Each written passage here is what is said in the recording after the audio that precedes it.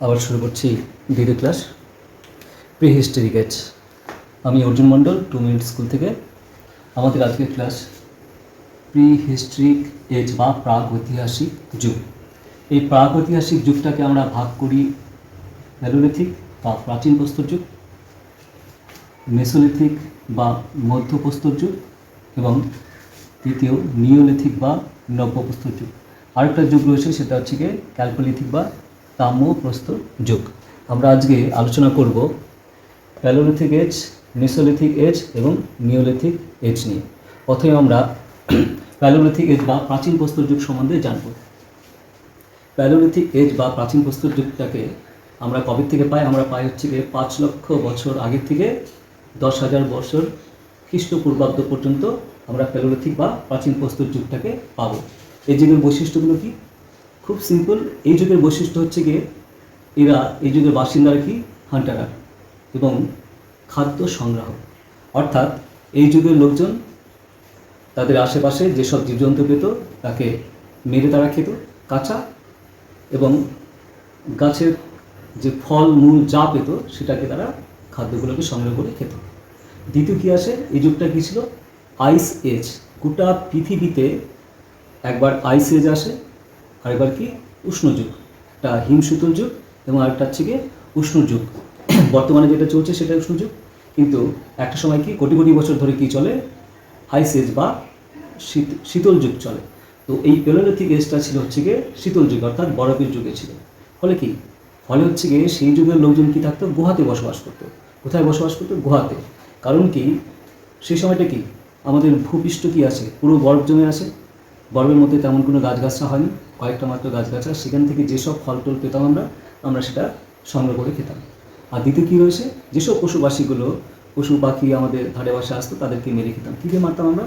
মারতাম পাথরের কোনো চাঙ্গর দিয়ে। অর্থাৎ পাথরটা যে আকারে ছোটো আকারে পড়ে আসে সেটাকে আমরা অস্ত্র হিসাবে ইউজ করেছি। সেই অস্ত্র হিসাবে আমরা ইউজ করেছি কত? 5 লক্ষ বছর থেকে আরম্ভ করে 10,000 BC পর্যন্ত। অর্থাৎ প্রায় 4,90,900 বছর শুধু আমরা এভাবে করে চালিয়ে গেছি। কী আছে এই যুগের অস্ত্রগুলো? কী আছে? আনপালিশড এবং রাফ স্টোন। বিশেষত এই যুগের লোকজন যেটা ব্যবহার করতো কোয়ার্টজাইট পাথর। কী ব্যবহার করতো? কোয়ার্টজাইট পাথর। এই জন্য ওই যুগের লোককে বলা হতো কোয়ার্টজাইট ম্যান। কী বলা হতো? কোয়ার্টজাইট ম্যান বলা হতো। এবং এই যুগের লোকগুলো কী ছিল? নেগ্রিটো রেস, অর্থাৎ নেগ্রিটো জনজাতির ছিল। অর্থাৎ আমাদের আদিম মানব কী ছিল? বানর থেকে আজকের আমরা মানুষ। তো বানর থেকে হোমোসেপিয়েন্সে আসার আগে যে জাতিটা ছিল সেটা হচ্ছে কি নেগ্রিটো জাতি। এবং এই যুগের শেষ পর্যায়ে আমাদের হোমোসাপিয়েন্স, অর্থাৎ মেসোলিথিকে এসে কিন্তু হোমোসাপিয়েন্সের আবির্ভাব ঘটে। পরে কী আসে? যে এই পর্যায়ে শেষে গিয়ে কী ঘটে? ফায়ার, অর্থাৎ আগুন সম্বন্ধে আমরা জ্ঞান লাভ করি। আগুন সম্বন্ধে জ্ঞান লাভ করতে পারি, কিন্তু আগুন কীভাবে কৃত্রিমভাবে তৈরি করব সেটা আমরা জানতাম না। কী হয়েছিল?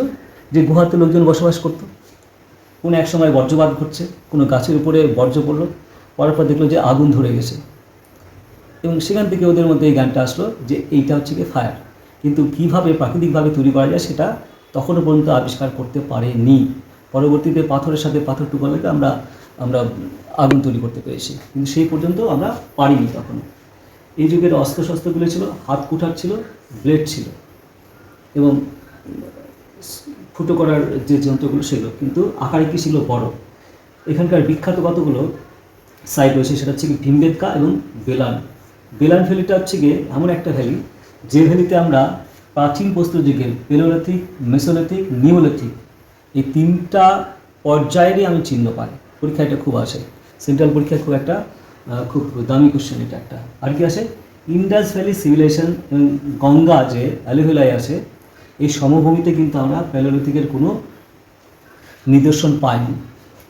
রবার্ট ব্রুস ফুট নামে একজন দক্ষিণ ভারতের আত্মিরামপক্কমে সর্বপ্রথম ভারতবর্ষে প্যালোলিথিক এজের যে হাত কুঠার বা এদের অস্ত্রপাতির যে সব কারখানা সেটা খুঁজে পাওয়া গেছে।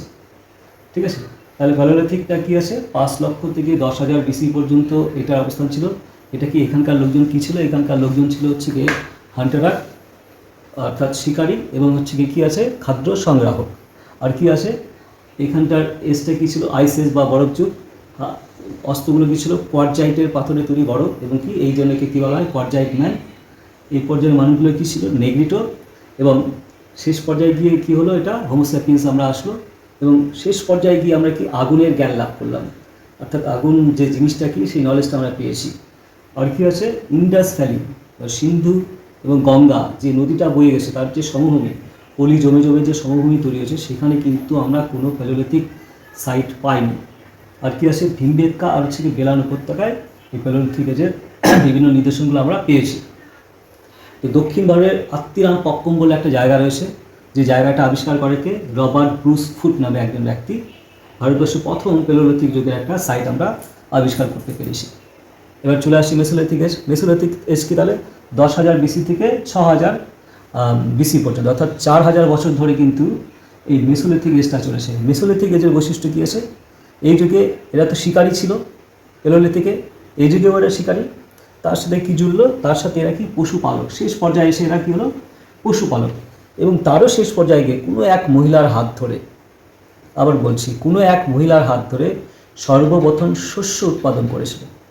এবং এই যুগটা কী ছিল? বরফের যুগ শেষ হয়ে গিয়ে আমরা এই যুগে কী পেলাম? উষ্ণ যুগ স্টার্ট হলো। বরফের যুগ শেষ হয়ে কী হলো? উষ্ণ যুগ স্টার্ট হলো। তাহলে বরফের যুগ শেষ হয়ে গিয়ে যখন উষ্ণ যুগ স্টার্ট হলো, অর্থাৎ কি বরফগুলো গলতে শুরু করলো, গলতে কি সমুদ্রে চলে গেল বরফ। সেখান থেকে কী হলো? নদী তৈরি হলো, হ্রদ তৈরি হলো, পুকুর তৈরি হলো। এবার মানুষ কিন্তু গুহার থেকে বেরিয়ে আসলো। গুহার থেকে বেরিয়ে এসে কী হলো? এই হ্রদের ধারেই দেখলো যে বিভিন্ন পশু পাখি এখানটায় জমা হচ্ছে, পুকুরের ধারে বিভিন্ন ছোটো ছোটো পশু পাখি জমাচ্ছে। কারণটা কি? সেখানে মাছ পাওয়া যাচ্ছে, গুলগুলি পাওয়া যাচ্ছে। তাহলে এই গুলগুলি এবং মাছ কি তাদের খাওয়ার কি একটা রিসোর্স তৈরি হলো। ফলে কি পুকুরের চারদিক দিয়ে কী হলো? বসতি স্থাপন হলো। এবার পুকুর থেকে মাছ আরোহণের জন্য কী হলো? বড়শি তৈরি হলো। এবং যেহেতু মাটি বরফ থেকে অনাবৃত হয়ে গেল, তখন নতুন করে কি ফ্লোরা অ্যান্ড ফানা, অর্থাৎ নতুন গাছগাছরা তৈরি হলো, অর্থাৎ জঙ্গল তৈরি হলো। জঙ্গল তৈরি হওয়ার ফলে কি শিকার এবং শিকারির মধ্যে একটা লুকোচুরি খেলা স্টার্ট হলো। অর্থাৎ আমার ছিল আগে এই বিয়ারল্যান্ড, এবার কী হচ্ছে কি ঘাস উৎপন্ন হয়েছে, এখানে যদি কোনো একটা পশু থাকে তাহলে আমি তো এই শিকারি, তাহলে কি আমি একে খুঁজে পাচ্ছি না। তখন কী বলবো? আমার বর্ষা তৈরি হলো, এবং এমন কিছু অস্ত্র তৈরি হলো যে শিকারিকে অ্যাটাক করবে, না লাগলে নিজের কাছে ফিরে আসবে, অর্থাৎ কি বুমেরাং তৈরি হলো। তাহলে বড়শি আমার পুকুরের জন্য, বুমেরাং আমার এটার জন্য, এবং বর্ষা তৈরি হলো, এবং তীরের ফলা হচ্ছে এই যুগের আবিষ্কার হলো। এবং এই যুগের একটা বৈশিষ্ট্য, আগেকার যুগে কি অস্ত্র ছিল কি বড় বড়, কিন্তু এই যুগে কিন্তু অস্ত্র কিন্তু ছোটো ছোটো। এই জন্য একে বলা হচ্ছে মাইক্রোলিথিক বা ক্ষুদ্র পাথরের অস্ত্রের যুগ। ক্ষুদ্র পাথরের অস্ত্রের যুগ বা মাইক্রোলিথিক বলা হচ্ছে। এটাকে বলা হয় মাইক্রোলিথিক। প্যালিওলিথিক এজটাকে বলা হচ্ছে কোয়ার্টজাইট। বাট যেহেতু শিকারি খুঁজে পাওয়া যাচ্ছিল না, তাহলে মানুষের কি দরকার হলো? কুকুরের। সর্বপ্রথম মানুষ কুকুরকে পোষ মারালেন শিকার করার জন্য, কিন্তু খাদ্য হিসাবে নয়, কিন্তু খাদ্য সংগ্রহ করার জন্য, অর্থাৎ শিকার খুঁজে পাওয়ার জন্য কুকুর, এবং খাদ্য হিসাবে গৃহপালিত পশু প্রথম হচ্ছে গিয়ে পালন করতে লাগলো মধ্যপ্রস্তর যুগে বা মেসোলিথিক যুগে কি ভেড়া। এবং পুকুরের ধারে মানুষ বসবাস স্থাপন করলো। এবং আমাদের গুহাচিত্র পাওয়া গেছে ভীমবেটকাতে। কোথায়? ভীমবেটকাতে, দক্ষিণ ভারতে ভীমবেটকাতে আমরা গুহাচিত্র পেয়েছি মেসোলিথিক এজে। এবং বেলান ভ্যালিতেও আমরা কী পেলাম? মেসোলিথিক যুগের আমরা নিদর্শন পেয়েছি। এবার চলে আসি নিওলিথিক এজ। তাহলে এটা কত? 6,000 থেকে 1K BC, এবং বিভিন্ন জায়গায় সেটা কম বেশিও আছে। দেখুন দক্ষিণ ভারতের নিওলিথিক এজটা একটা টাইম পর্যন্ত এক্সটেন্ড করেছে, উত্তর ভারতে একরকম করেছে। তো ন্যাচারালি আমরা সাধারণভাবে ধরে নিই 6,000 বছর থেকে 1,000 BC পর্যন্ত নিওলিথিক বা নব্যপ্রস্তর যুগ। নব্যপ্রস্তর যুগটাকে ভিজি শিল্ড বা যাই বলুন না কেন বলে হচ্ছে নিওলিথিক রেভলিউশন বলা হচ্ছে এটাকে। অর্থাৎ পাথরের যুগে যা ছিল এখানে কি ছিল? যেমন পাথরের টুকরো পাওয়া যাচ্ছে সেটাকে আমি অস্ত্র হিসাবে ইউজ করেছি। এখানে কি আছে? ছোটো ছোটো পাথরের টুকরোকে আমি কম্পোজিট করে কোনো একটা হাড়ের উপরে কিংবা ডালের উপরে বসিয়ে বসিয়ে আমি বিভিন্ন অস্ত্রবাস্ত্র তৈরি করেছি। কিন্তু এই যুগে কি হলো? এই যুগে হচ্ছে গিয়ে স্টোনের হচ্ছে গিয়ে টুলস তৈরি হলো, অর্থাৎ পাথর কেটে কেটে বিভিন্ন জিনিস, অস্ত্র, আরও কিছু প্রয়োজনীয় জিনিসগুলো তৈরি হতে লাগলো। তাই জন্য বলা হচ্ছে যেরকম শিল্প বিপ্লব হয়, এটাকে বলা হবে কি নিওলিথিক রেভলিউশন, নিওলিথিক নব্যপ্রস্তর যুগের বিপ্লব বলা হচ্ছে এটাকে। এই যুগে আমরা কী করি? মাটির পাত্র তৈরি করেছি, কিন্তু কোমরের চাকা দিয়ে নয়, কিন্তু আমরা করেছি হাত দিয়ে, এবড়ো খেবড়ো আঁকা বাঁকা বিভিন্ন ধরনের। পরবর্তীতে অর্থাৎ শেষ পর্যায়ে এসে আমরা কি যে হুইল চাকার ব্যবহার, সেই চাকার ব্যবহার কিন্তু আমরা করেছি নিওলিথিক এজে। কিসের জন্য? মাটির পাত্র তৈরি করার জন্য। ভুলে গেলে চলবে না, আমাদের প্রথম চাকা আবিষ্কার করেছি আমরা মাটির পাত্র তৈরি করার জন্য, গাড়ির চাকা হিসাবে নয়। কিন্তু সেই যুগে গাড়ি স্লেজ গাড়ি চলতো, অর্থাৎ চাকা তখন কিন্তু আমরা আবিষ্কার করেছি শুধুমাত্র মাটির পাত্র তৈরি করা যায়, অর্থাৎ কুমোরের চাকা তৈরি হয়েছিল, গাড়ির চাকা নয়। আরও এরা কি স্থায়ীভাবে বসবাস শুরু করতে লাগলো নিওলিথিক এজে, এবং তারা পোড়ামাটি পাথরের টুকরো দিয়ে নদীর ধারে পুকুরের ধারে বসতি স্থাপন করতে লাগলো। নৌকা, সুতির সুতো, উলের সুতো এগুলো তারা তৈরি করতে শিখে গেছিলো, এবং কি কাপড় বোনাটাও তারা শিখে গেছিলো নিওলিথিক এজে। এবং এই যুগের একটা বিখ্যাত সাইটের নাম কি? বেলান ভ্যালি। এবং এই যুগে কী আছে? ফুড গ্যাদারিং বা প্রোডাকশন পিপল, অর্থাৎ এই সময় তারা খাদ্য তৈরি করতে পারত। যেহেতু খাদ্য তৈরি করতে পারতো, ফলে কি তাদের এক জায়গা থেকে অন্য জায়গায় যাওয়ার দরকার ছিল না। তাই জন্য তারা কি বিভিন্নভাবে স্থায়ী বসবাস করার যেসব উপকরণ দরকার সেগুলো তারা প্রয়োজনীয়তে কি তৈরি করেছিল একটা বিপ্লবের মাধ্যমে, এবং কি স্থায়ী বসবাস স্টার্ট করেছিল। আজকের ক্লাস এইটুকু। এবং এইখান থেকে যেটা ইম্পর্টেন্ট, যে কোশ্চেন আসে একটা, যে বেলান ভ্যালিটা একমাত্র সাইট ভারতবর্ষে যেখানে আমরা পেলোলিথিক, মেসোলিথিক এবং নিওলিথিক এই তিনটা যুগেরই হচ্ছে কি আমরা নিদর্শন পাই। খুব এটা ইম্পর্টেন্ট কোশ্চেন। তারপরে পরের ক্লাসে আমরা পড়ব গিয়ে মেহেরগড় সভ্যতা, সিন্ধু সভ্যতা। আজকে এইটুকু, পরের ক্লাসে ফিরে আসছি। নমস্কার।